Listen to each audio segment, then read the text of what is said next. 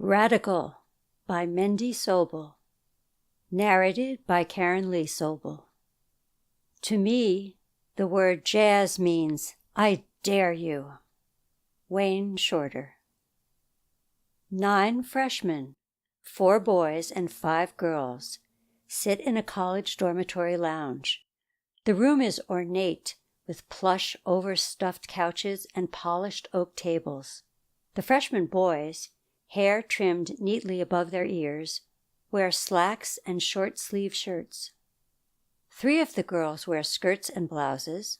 1 wears a dress hemmed well below her knees, and 1, whose short hair is dark and curly, looks uncomfortably out of place in jeans. 2 seniors, a boy and a girl, lead the class. The girl's blonde hair is cut shoulder length with bangs. She is a marketing major, and next year she will attend graduate school. She knows this already because she's been accepted, early admission. She is the president of her sorority. She is standing, her right hand resting on a stack of books. Her name is Jill, and she is talking. William and I chose your reading very carefully. We wanted something that would open your eyes to the many opportunities made possible by an Ivy League education. William, will you please pass these out to our students? There is no question mark at the end of her sentence. Jill is not asking William a question. William is an engineering major. He won't hear which graduate schools accepted him until March. William is 5'8". He is wearing khaki pants hiked up high and a Madras shirt. William and Jill have been dating since sophomore year. They have had sex 3 times, always when they were drunk. Jill holds the power in their relationship. They will break up next spring, a week before graduation. William begins passing out the books, handing 1 hardbound copy of A Student's Journey to each of the freshmen. Jill, remember that paper I showed you? The one about John Coltrane? Didn't we decide to assign that too? William discovered jazz over the summer. He's head over heels for A Love Supreme. Don't be silly, Jill says. Freshmen aren't interested in that. The 9 freshmen sit, saying nothing, each of them now holding a copy of A Student's Journey. The girl in jeans begins leafing through her copy. The girl in the dress begins reading the book's table of contents. One of the boys sits staring at the book's beige dust jacket. His name is Peter Shatskin. William and I will assign at least 1 chapter a week for the first 6 weeks, Jill says, and we'll discuss the assigned chapters during our weekly meetings. At the end of 6 weeks, each of you will select a chapter, write a paper on that chapter, and present the paper before the group.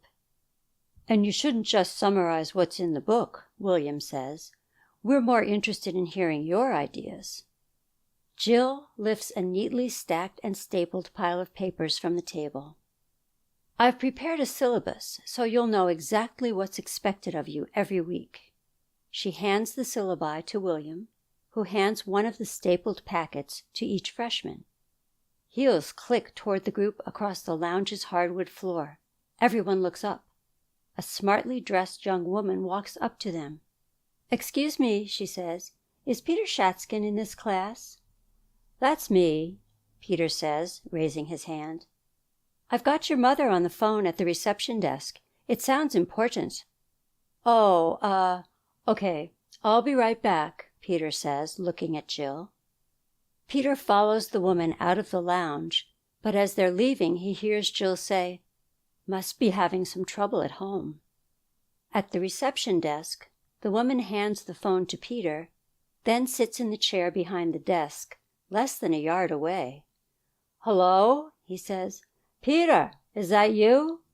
Mom, I'm kind of in the middle of a class. Listen, Peter, did you make our hotel reservations for Parents' Weekend?" Yeah, Mom, it's all taken care of. Because I just heard that students' families get a discount, but only if they ask for it." Peter looks down, and realizing he's still holding his copy of A Student's Journey, he opens it to page 69. "So, Peter, are you listening?" "Yes, Mom." "Did you get us the discount?" Peter begins reading. A young graduate begins his first day of work at the prestigious law firm, Brayance and Brayance. "Don't worry, Mom. I'm sure it'll be fine." This is the day he has dreamed of, yet he is worried. "Do you remember Michael Mishkin? He graduated 2 years ago?" "Uh-huh." His worsted wool 3-piece suit looked snappy, and it felt great in the store. Today, however, it feels strangely uncomfortable. "Well, I ran into Michael's mother at the ShopRite, and she said they got the discount when they went up for graduation, but that you have to talk to Janice in reservations." He stops for a moment to gaze at the bronze lettering above the front door. Brayance and Brayance, established 1889. "So, Peter, was it Janice you talked to when you made the reservation?" I think so." All his hopes, all his aspirations, captured in those bronze letters.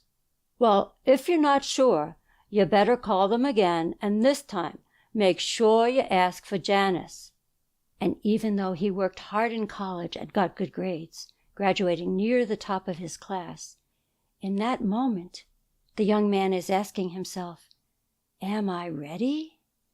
"Peter, are you listening to me?" Peter looks up from the book.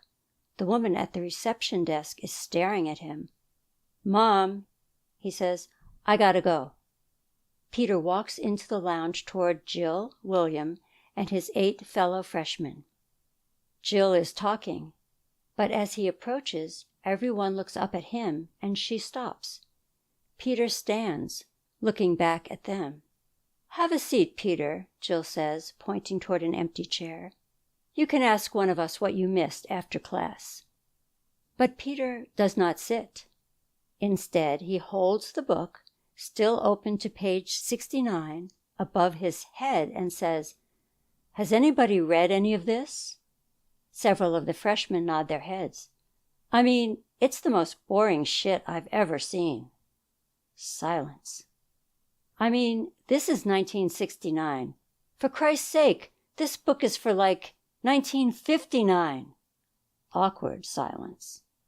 Until the girl in the jeans says, "More like 1066. "Yeah, man," Peter says, looking at the girl. "I mean, like there's a war on." Now, one of the freshman boys jumps up from his wing chair. "Right on," he says, raising A Student's Journey in one hand while making a black power fist with the other. Like, how can we waste time on this 1066 shit when we're in the middle of a fucking war? The other freshmen nod in agreement, saying things like 1066 and 1969. Jill opens her mouth to say something. Nothing comes out. Peter looks at her, smiles. "Listen, Jill, William." Peter raises his free hand for quiet. "Everybody, I've got an idea. Any of you got any pot?" No answer.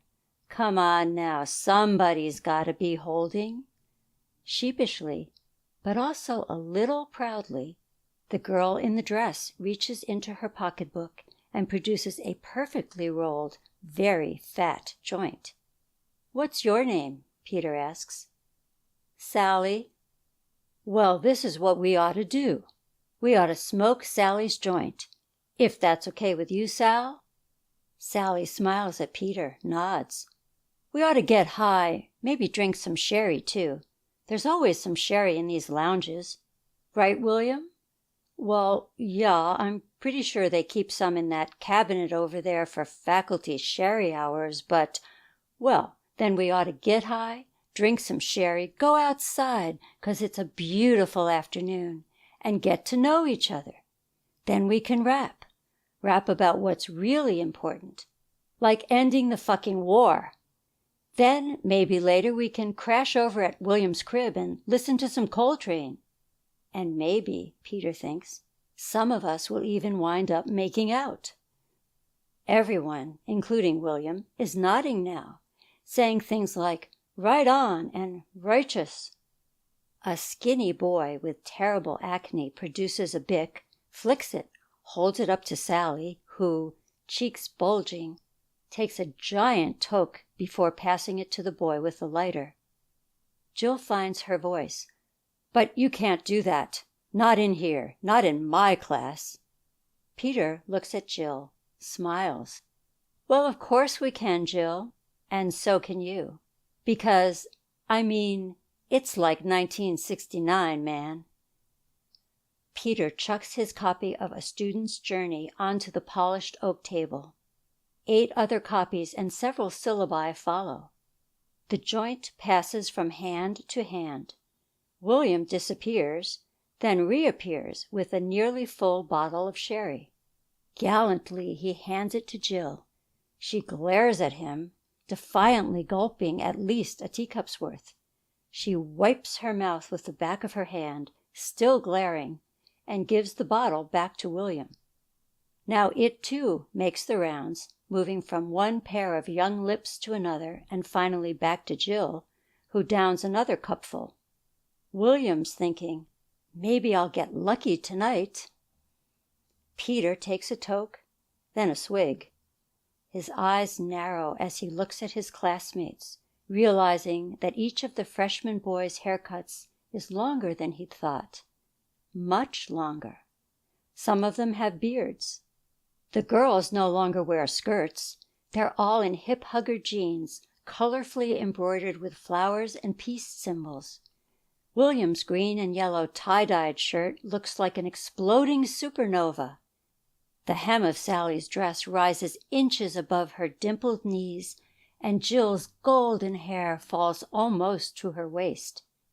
Peter blinks, looks again, his eyes as red as Mount Doom. Radical, he whispers.